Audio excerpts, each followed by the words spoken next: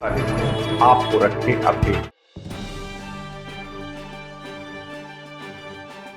नमस्कार, जनवक्ता न्यूज में आपका स्वागत है। मैं हूं पुष्पेंद्र प्रशांत।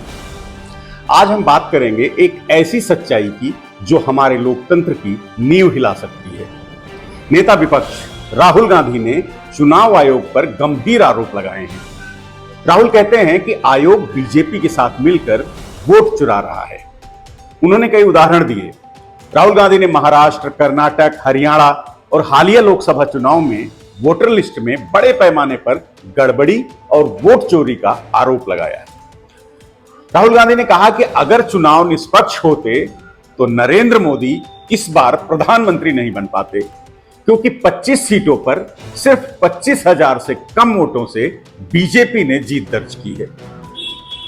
इस पर चुनाव आयोग ने जवाब दिया, लेकिन क्या वो जवाब सच को छिपा रहा है? आज हम तथ्यों और आसान आंकड़ों के साथ खोलेंगे आयोग की पोल।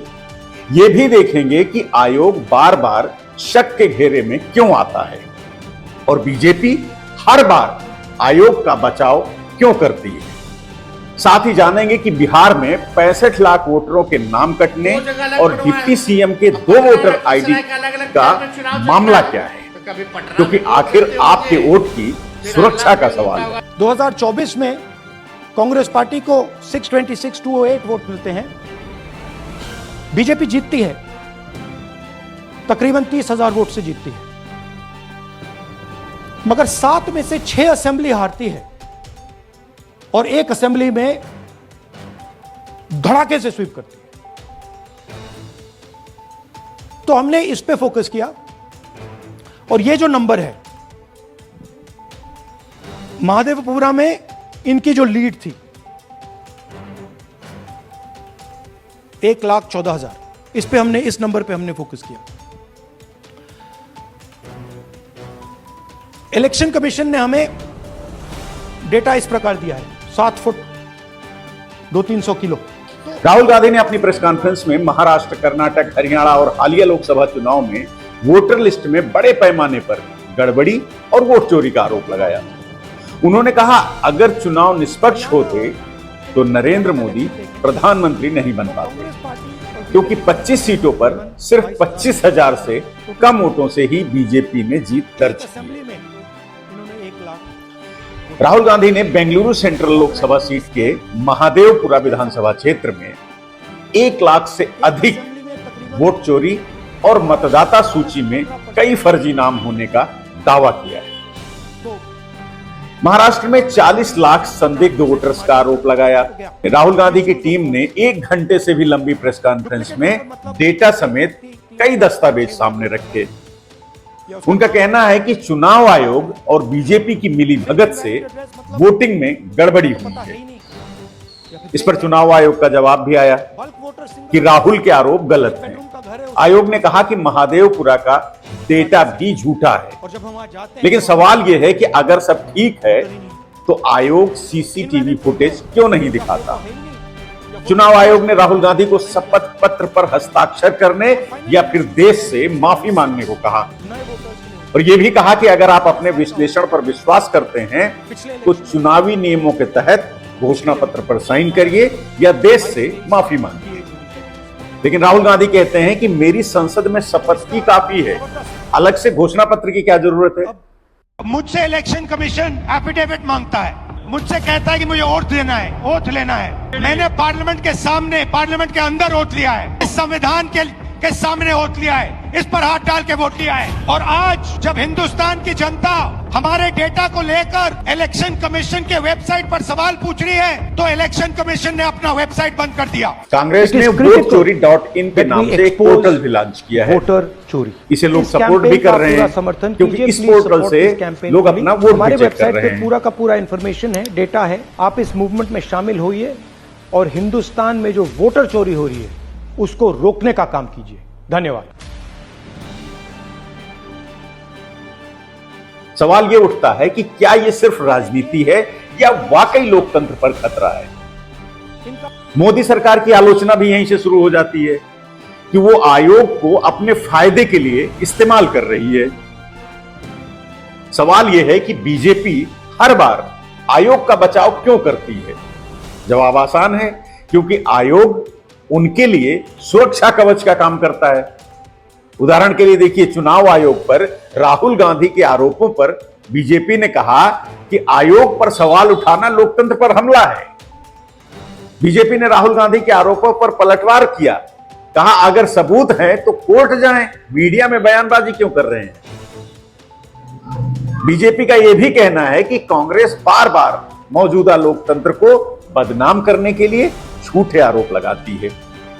हर चुनाव में हार के बाद ईवीएम, चुनाव आयोग या सरकार को दोष देना उनकी राजनीतिक रणनीति बन गई है। लेकिन सच क्या है? आयोग के फैसले अक्सर बीजेपी के फायदे में जाते हैं। 2024 में मोदी ने मुस्लिमों के खिलाफ हेट स्पीच दी, लेकिन आयोग चुप रहा। वहीं विपक्ष पर तुरंत नोटिस किया। बिहार में 65 लाख वोटरों के नाम कटे। बीजेपी ने कहा ये घुसपैठिए थे, लेकिन ये घुसपैठिए कौन है? विपक्ष कहता है कि मुस्लिम और दलित वोटर हैं। एक और उदाहरण है, महाराष्ट्र में वोटिंग के बाद सीसीटीवी फुटेज गायब करने की बात हुई और बीजेपी ने आयोग का बचाव किया। क्यों? 2019 से अब तक आयोग के पास 50 से ज्यादा शिकायतें आई, लेकिन बीजेपी के खिलाफ सिर्फ 10% मामलों में कार्रवाई हुई। राहुल गांधी लगातार कह रहे हैं कि यह सिर्फ चुनावी खेल नहीं है, बल्कि लोकतंत्र पर हमला है। मगर आयोग और सरकार ऐसे आरोपों को खारिज कर पुराने केस और अदालत के निर्णयों को उदाहरण में खड़े कर देती हैं। तो क्या सचमुच मोदी सरकार आयोग को अपने फायदे के लिए इस्तेमाल करती है? जैसे इलेक्टोरल बॉन्ड्स में कंपनियां बीजेपी को पैसे देती और बदले में क्लीन चिट पाती। बीजेपी आयोग का बचाव इसलिए करती है क्योंकि ये उनकी जीत की गारंटी है। चुनाव आयोग बार बार सवालों के घेरे में क्यों आता है? क्योंकि मोदी सरकार के कार्यकाल में यह निष्पक्ष नहीं दिख रहा। चलिए तथ्य देखते हैं। ईवीएम पर सवाल हुए। 2024 में 20 से ज्यादा सीटों पर ईवीएम में गड़बड़ी की शिकायत, लेकिन आयोग ने जांच नहीं की, डेटा छिपाया। हेट स्पीच पर चुप्पी। मोदी ने 2024 में मुस्लिमों पर टिप्पणी की, लेकिन आयोग ने कुछ नहीं किया। वहीं राहुल को तुरंत नोटिस भेजा।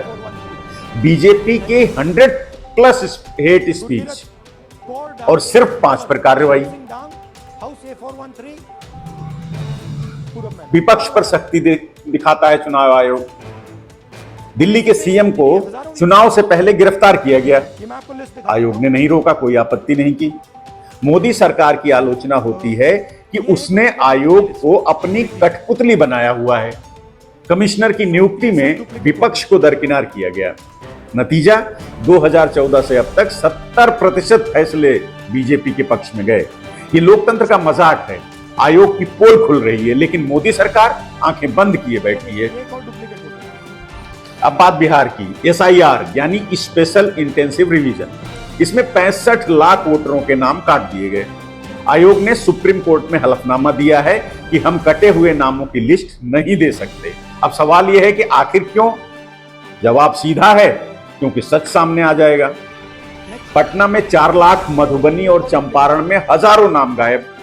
विपक्ष कहता है ये मुस्लिम और दलित वोटर हैं।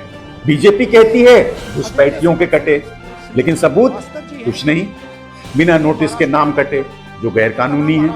और अब सबसे ज्यादा चौंकाने वाला उदाहरण, बिहार के डिप्टी सीएम विजय सिन्हा के 2 वोटर आईडी, एक लखीसराय में और दूसरा पटना में। अगर नेता के पास 2 आईडी हो सकते हैं तो आम आदमी का क्या? ये मोदी जी के खास और खास बिहार के उप मुख्यमंत्री हैं विजय कुमार सिन्हा। इनका 2 ईपीआईसी नंबर है, वो भी 2 अलग अलग विधानसभा क्षेत्रों में, और उम्र भी अलग अलग है। यानी लखीसराय में भी इनके पास बीएलओ गया होगा तो इन्होंने हस्ताक्षर किए होंगे, और बांकेपुर में भी बीएलओ गया होगा तो ये हस्ताक्षर किए होंगे, तभी ना आया है। अगर वो हस्ताक्षर डिप्टी सीएम नहीं किए हैं तो या तो 2 ही चीज हो सकता है, या तो चुनाव आयोग की एसआईआर की पूरी प्रक्रिया ही फर्जीवाड़ा है, या तो बिहार का मुख्यमंत्री फर्जीवाड़ा है। तेजस्वी यादव का नाम भी लिस्ट से गायब था। SIR से पहले बिहार में 7.89 करोड़ वोटर, अब 7.24 करोड़। ये वोट चोरी नहीं तो क्या है? मोदी सरकार की आलोचना हो रही है कि वो आयोग का इस्तेमाल कर विपक्षी वोटरों को हटा रही है। बिहार में ये खेल बीजेपी की जीत के लिए हो रहा है। तो क्या वाकई ये सच है? दोस्तों, ये स्टोरी बताती है कि चुनाव आयोग और मोदी सरकार मिलकर लोकतंत्र को कमजोर कर रहे हैं। राहुल के आरोप, आयोग की चुप्पी, बीजेपी का बचाव और बिहार में 65 लाख वोटरों का कटना, ये सब खतरे की घंटी है। जहां एक और विपक्ष देश के लोकतंत्र, चुनावी प्रक्रिया और आयोग की पारदर्शिता पर सवाल उठा रहा है, वहीं आयोग और सरकार इसे झूठा और सुप्रीम कोर्ट के फैसलों के अनुरूप बता रही है। देश की लोकतांत्रिक मजबूती के लिए जरूरी है कि सवाल पूछे जाएं, लेकिन उनसे जुड़े तथ्य, डेटा और कानूनी प्रक्रिया का भी पूरा ध्यान रखा जाए। देखना दिलचस्प होगा कि आगे विपक्ष अदालत में जाता है या जनता की अदालत में, क्योंकि देश देख रहा है सच किसके साथ है। लेकिन आप जागरूक हैं तो वोट बच सकता है। अपनी वोटर आईडी चेक करें, सवाल पूछें। जनवक्ता न्यूज आपके साथ है। ये स्टोरी पसंद आई हो तो लाइक, शेयर और सब्सक्राइब करें और कमेंट में अपनी राय भी हमें बताएं कि क्या आयोग निष्पक्ष है।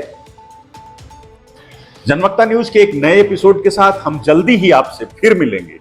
तब तक आप अपना और अपनों का ख्याल रखिए। धन्यवाद।